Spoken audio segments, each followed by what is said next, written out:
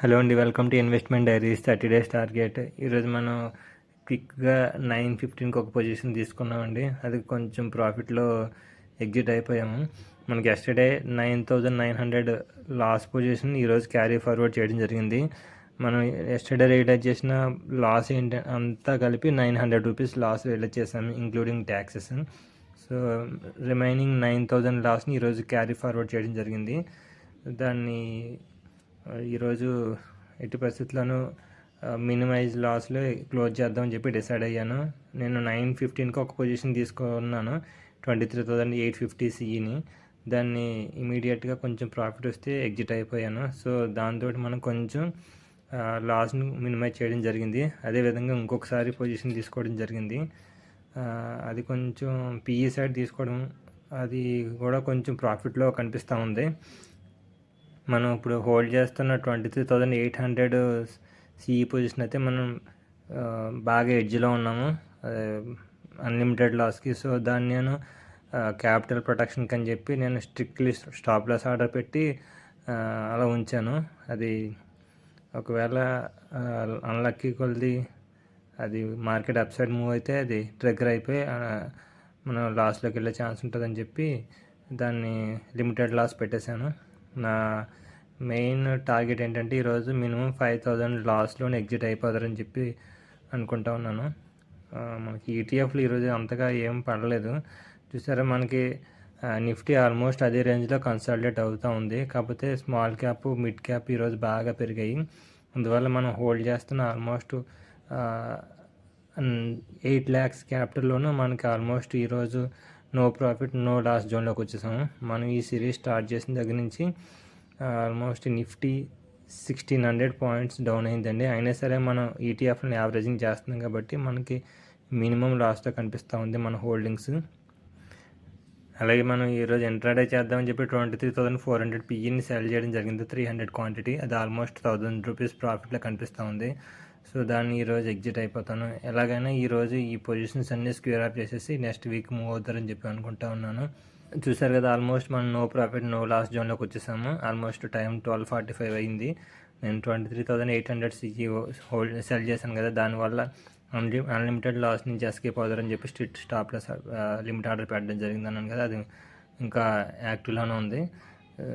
So ఇప్పుడు ఈ అన్ని పొజిషన్స్ని ఈరోజు ఎగ్జిట్ అయిపోయి కొత్త పొజిషన్స్ని తీసుకుంటారని చెప్పి చూస్తూ ఉన్నాను నెక్స్ట్ వీక్కి. చూసారా, once again proved that selling is much better than buying.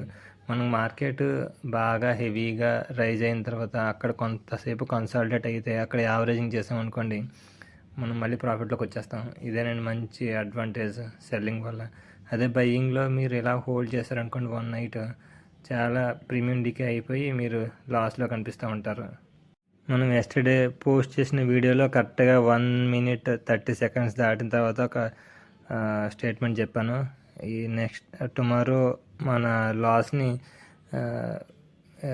No loss no profit జోన్లో తీసుకురావడానికి ట్రై చేస్తానని చెప్పాను కదా, కరెక్ట్గా అదే జరిగింది. ఇప్పుడు మన స్ట్రాటజీ ఇంకొకసారి చెప్తున్నాను వినండి.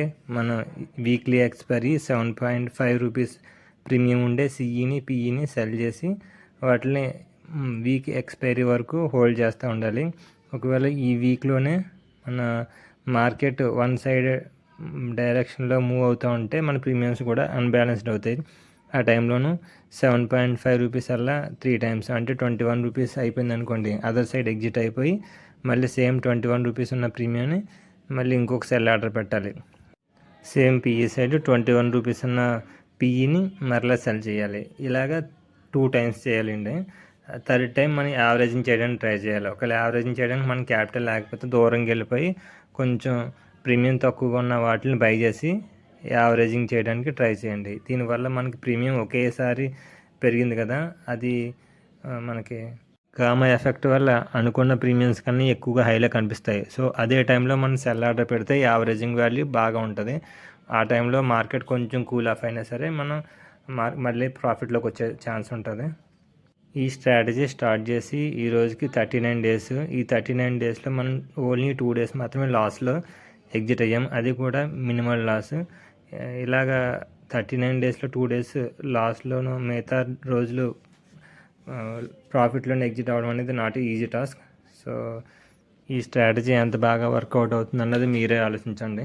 ప్రస్తుతానికి అయితే టైం 3:25 అయింది. ఇంకొక పొజిషన్ హోల్డ్ చేస్తూ ఉన్నాను. అది కూడా ఈరోజు ఎగ్జిట్ అయిపోయి రేపటికి కొత్త పొజిషన్ తీసుకుందామని చెప్పి నెక్స్ట్ వీక్కి ఆలోచిస్తూ ఉన్నాను. మనం ఎస్టర్డే అనుకున్నట్టే 23,750 దగ్గర రెసిస్టెన్స్ జోన్ ఉందని చెప్పి అనుకున్నాం కదా. ఈరోజు మార్కెట్ కరెక్ట్గా దాన్ని రెస్పెక్ట్ చేసింది. అది 23,750 దాటి ఈవెన్ 5 మినిట్స్ కూడా ఏ క్యాండిల్ కూడా హోల్డ్ అవ్వలేదు. అది డౌన్ సైడే రావడమే మొదలైంది. సో దీనివల్ల మనం ఈరోజు ప్రాఫిట్లో ఎండ్ అవ్వడం జరిగింది. ఇండైరెక్ట్గా మనం ఈరోజు 9,000 ప్రాఫిట్లో ఉన్నట్టండి. ఎస్టర్డే మనం 9,000 లాస్ పొజిషన్ నుంచి జీరోకి వచ్చాం కాబట్టి. సో మనం ప్రస్తుతానికి అయితే నెక్స్ట్ వీక్ పొజిషన్ కూడా February 13th 375 క్వాంటిటీ సెల్ చేయడం జరిగింది. సో టుమారో వీలైతే సిఈ సైడ్ పొజిషన్ కూడా తీసుకొని బ్యాలెన్స్ చేయడానికి ట్రై చేస్తాను.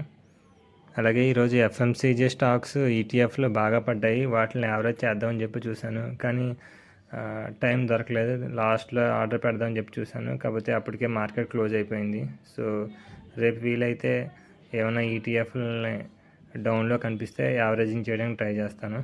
మీరు ప్లెడ్జింగ్ చేస్తుంటారు కదా, ఆ ప్లెడ్జింగ్ 10,000కి 15,000కి ప్లెడ్జింగ్ చేయొద్దని. అనవసరంగా ప్లెడ్జింగ్ ఛార్జెస్ వేస్ట్ అవుతుంటాయి. అట్లీస్ట్ 25,000 కన్నా అబవ్ ఏదైనా హోల్డింగ్ ఉంటే అప్పుడు ప్లెడ్జింగ్ చేయడానికి ట్రై చేయండి.